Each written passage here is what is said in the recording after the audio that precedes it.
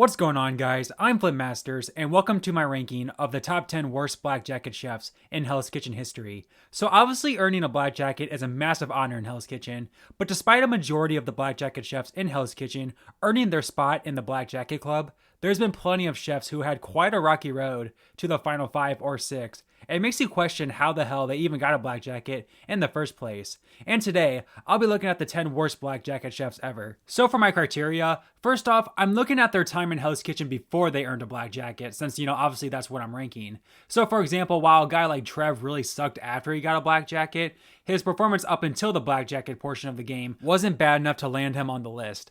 Another big thing I'll be looking at is how lucky they were to even make it to the Black Jackets, whether that's due to them being a big-time personality, and that's the only reason why Ramsay didn't eliminate them, a twist in the game that propelled them, or simply getting lucky that they weren't on the losing team, or were shielded by other chefs who sucked more than they did. And speaking of other chefs, I'll once again be looking at the talent of their competition that season, along with how big their cast size was, and just their general performance during Hell's Kitchen up until they earned a black jacket. And all of this is going off my general knowledge. I haven't just rewatched all seasons or anything like that. I don't use a Discord that tallies mistakes. I just use my general knowledge of the show, along with a check here and there on Wikipedia when needed. So with all that said, let's get this list started with number 10. To start off the list, and I know this may seem pretty controversial, and I hate to look down on this guy, considering he was literally the only bright spot of season 9 for me, but at number 10, I have Tommy Stevens from Hell's Kitchen season 9. And when you look at Tommy, you think of him, obviously not being on Will or Paul's level, but still holding his own, and definitely being a good overall chef. But I think people forget that even though he was only put up for elimination 2 times, he made a mistake in basically every service. In the first 4 services, he made a mistake of some sort. He was just simply overshadowed by bad chefs like Chino, Steven, and Brendan, who made far worse mistakes. And he probably goes home in episode 3 if the blue team loses that service, as he had far and away the weakest performance. He had a couple good performances service and challenge-wise in the middle half of the season, but again, from the final 10 on, he made mistakes of some magnitude in pretty much every service. His mistakes got overshadowed by Jonathan's performance at the final 10. His mistakes at the final 9 were forgiven because he was on the winning team. He got put up for elimination at the final 8 for his bad performance, but luckily Carrie had been far worse than him. He had a bad performance at the final 7, but Natalie was seen as weaker.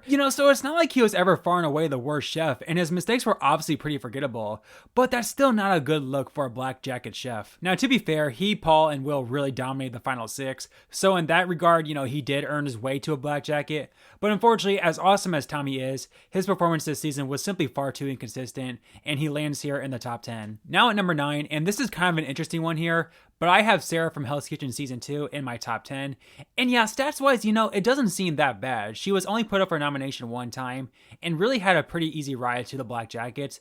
The thing is, though, she just simply wasn't that good straight up. I mean, yeah, she didn't have any super bad performances, but she also had a multitude of mistakes. And being that this was only a 12-person cast, obviously it didn't take much for her to get a black jacket. She just needed to get by. And obviously that's not a great look to me. And in fact, it's even less appealing to me than chefs like, say Autumn and Rowe, for example, who on paper had a much bumpier ride to the black jackets, but also had more to prove compared to Sarah.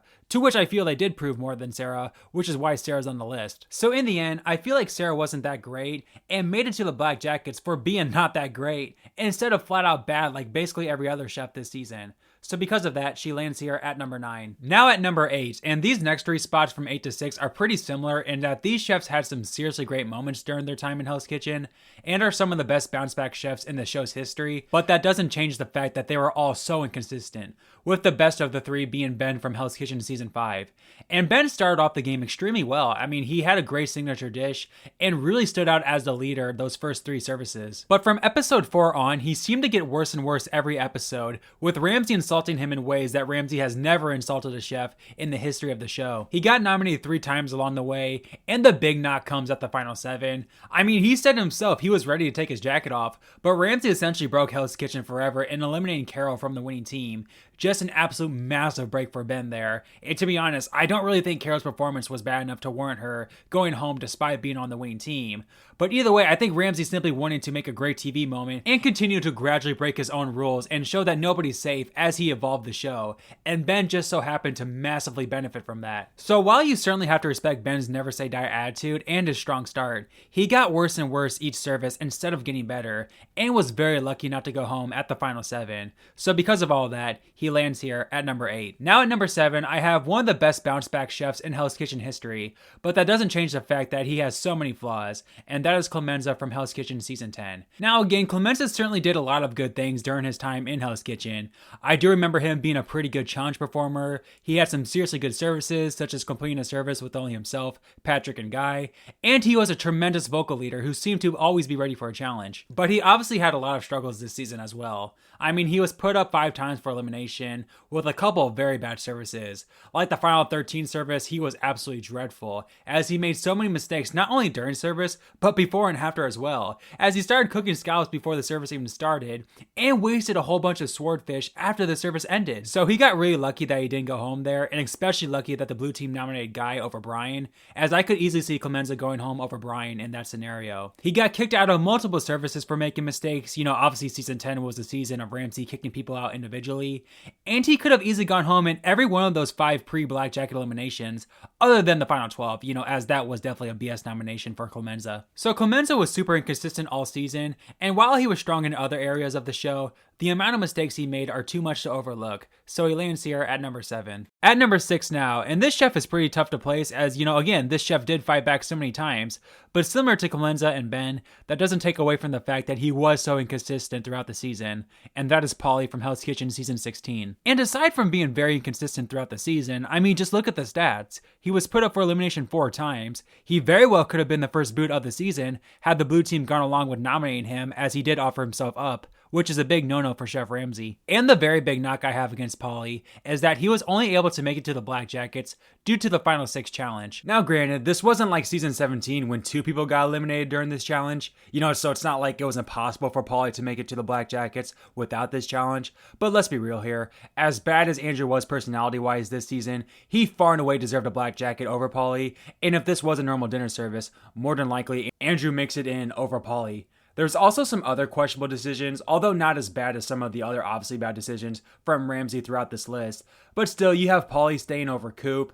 That's pretty questionable, as I think Coop was slightly better than Paulie up until that point. Paulie surviving over Devin. Again, Devin had been doing so well up until that point. And of course, don't forget that season 16 is one of the worst group of chefs in Hell's Kitchen history, and Paulie was on arguably the worst blue team in the show's history. And obviously his leadership lacked if he wasn't able to save the team from tanking so badly. So when you add up all these flaws, Paulie's good performances simply can't save him from being left off the list, and he ultimately lands here at number 6. At number 5, the top half now, and this person is not only a terrible Black Jacket, but she's a terrible runner-up, and that is Virginia Dalback from Hell's Kitchen Season 2.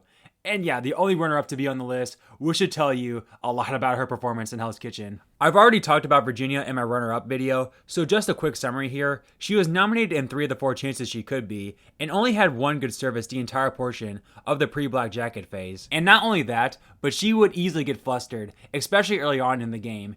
And similar to Sarah, she was only able to make it to the Black Jacket simply because while she was really bad, she wasn't horrendous like all the other chefs this season. So yeah, not only is Virginia a joke of a runner-up, but she didn't even deserve a Black Jacket in my eyes, and is the 5th worst of all time in my opinion, despite her making the deepest run out of everyone on the list. At number 4, and these next 2 are the epitome of making it to the Black Jackets due to their personality, and because of that, some people might consider them the 2 worst Black Jackets ever, but here at number 4, I have Sabrina Brimhall from Hell's Kitchen Season 8. Now, to be fair to Sabrina, she did have some really good services, such as in episode 5, and the final 3 dinner services before the Black Jackets, really helping the red team dominate, but pretty much everything else about Sabrina is really bad. The obvious being that Season 8 is the weakest group of chefs in Hell's Kitchen history, so making the Black Jackets this season isn't really much to brag about in the first place. And then throw in the fact that she was nominated 6 times for elimination, and you know, again, half these times she was nominated simply because of her bad personality, but still, she obviously had some pretty bad services throughout the season as well. And a big knock I have against Sabrina comes in episode 4.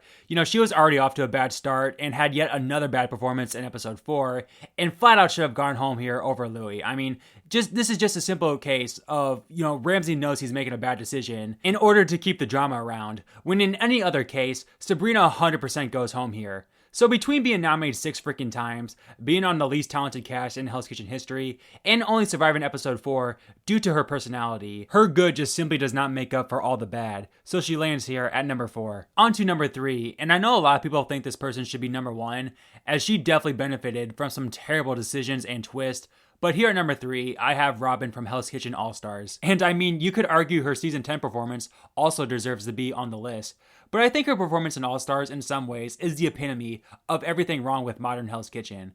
So she started off the game very badly with 2 very weak services out the gate, which got her switched to the blue team very early on in the game. Yet, despite being switched to the blue team, which usually means the chef has 1-2 chances left max, she survived 3 eliminations and literally got put up for elimination in her very first service on the blue team. And yeah, we all know the problems with this season, the absolute BS eliminations, and these random challenges that hugely benefited Robin, as I think Ramsey introduced these challenges as a way to protect the big time personalities, such as Robin. And yeah, let's go through it all.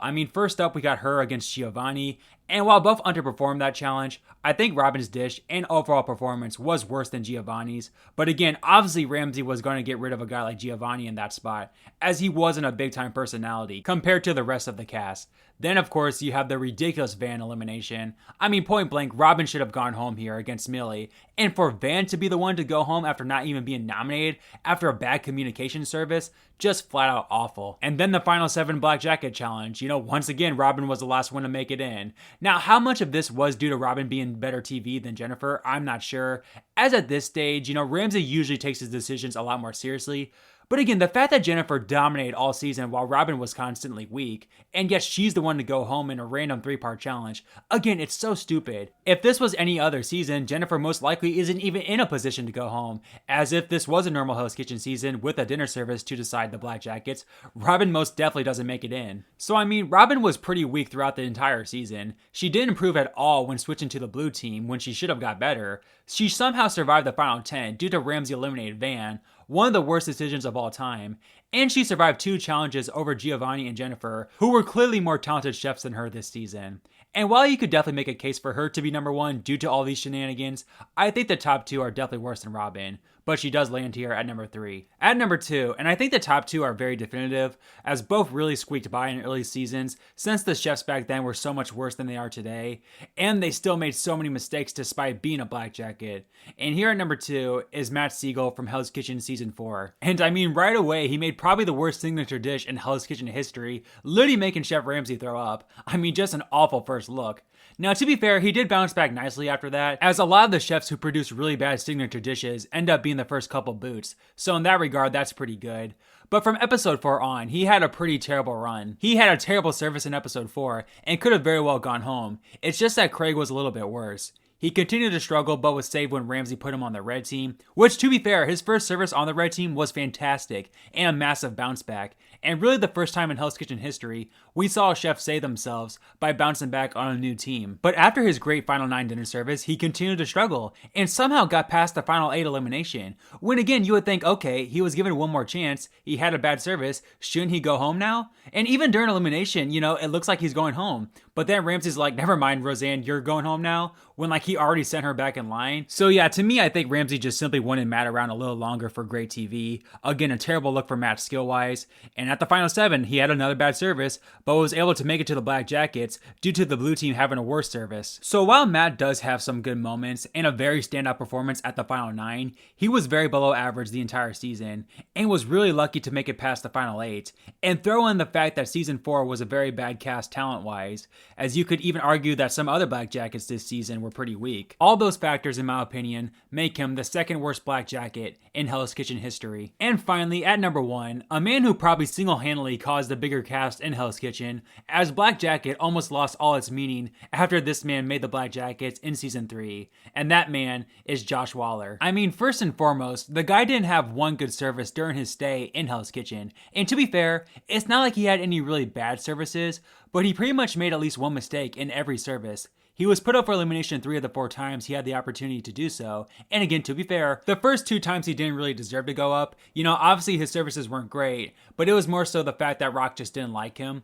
However, since Rock knew that Josh was such easy competition, he nominated Brad instead of Josh at the final 6, seeing that Brad was a bigger threat. So, if Rock simply nominated Josh there, he 100% goes home. So yeah, I mean, really nothing good about Josh other than the fact that he wasn't completely terrible. But I mean, if that's your best accolade as a Black Jacket chef, then something has gone terribly wrong. Between being nominated 3 times, not having one good service, and only making it to the Black Jackets due to Rock trying to get rid of a bigger threat, Josh takes the cake as the worst Black Jacket chef in Hell's Kitchen history. So there you go, guys, my list of the top 10 worst Black Jacket chefs in Hell's Kitchen history. Again, there were a lot of people who you could argue should be on the list, and feel free to leave a comment down below asking why, say person X wasn't on the list, and I'll be happy to answer. But with that said, thank you guys for watching. If you like this video, and especially if you want to see more Hell's Kitchen content on this channel, then hit that like and subscribe button, and leave a comment down below of some video ideas for future Hell's Kitchen videos. I've been working on posting some Hell's Kitchen videos that actually include clips from the show, but it's been hard to post them without it getting copyrighted, so I'm still playing around with those. One thing I will say though, is expect a top 10 best non-Black Jacket ranking later this week, as I'm just about finishing recording that list as well. But once again guys, thanks so much for watching, and I'll see you next time.